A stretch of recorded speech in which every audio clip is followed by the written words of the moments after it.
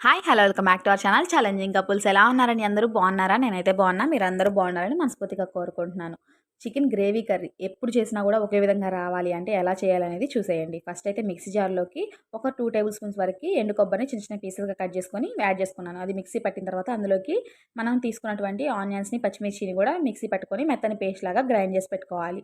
ఇలా విధంగా గ్రైండ్ చేసి పెట్టుకున్న తర్వాత మనం ఒక బాండీ తీసేసుకొని అందులోకి నేను ఇక్కడ ఒక 4 టేబుల్ స్పూన్ల వరకు ఆయిల్ యాడ్ చేస్తున్నాను. మనం తీసుకున్న నాన్ వెజ్ కాబట్టి ఆయిల్ అనేది కొంచెం ఎక్కువ పడుతుందండి. సో నాన్ వెజ్ కర్రీస్కి ఆయిల్ అనేది బాగా టేస్ట్ వస్తుందన్నమాట.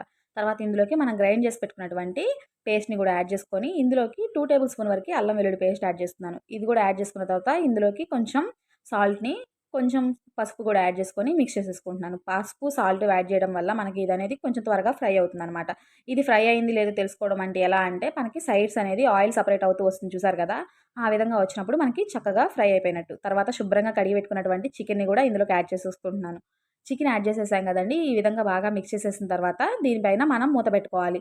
మనం చికెన్ యాడ్ చేసేసి మూత పెట్టుకుంటే సరిపోతుందండి. మనకి ఈ చికెన్ అనేది ఉడికేటప్పుడు ఇందులోనే వాటర్ అనేది సెపరేట్ అవుతూ ఉంటాయి. మనం ఇందులోకి ఎక్స్ట్రా వాటర్ అయితే ఏం యాడ్ చేయవసరం లేదనమాట. ఇందులో వచ్చినటువంటి వాటర్‌లోనే ఈ చికెన్ అనేది పర్ఫెక్ట్‌గా కుక్ అయిపోతుంది.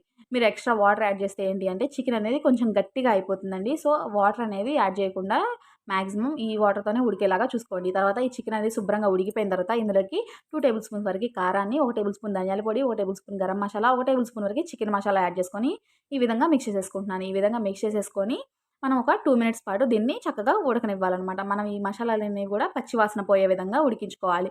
ఈ విధంగా మూత పెట్టుకొని ఉడికించిన తర్వాత కొంచెం సేపటికి చూసారు కదండీ! మనకి గ్రేవీలాగా రెడీ అయిపోతుంది. ఆ వాటర్ అనేది ఈ విధంగా గ్రేవీ కన్సిస్టెన్సీ వచ్చే వరకు ఉడికించుకోవాలనమాట.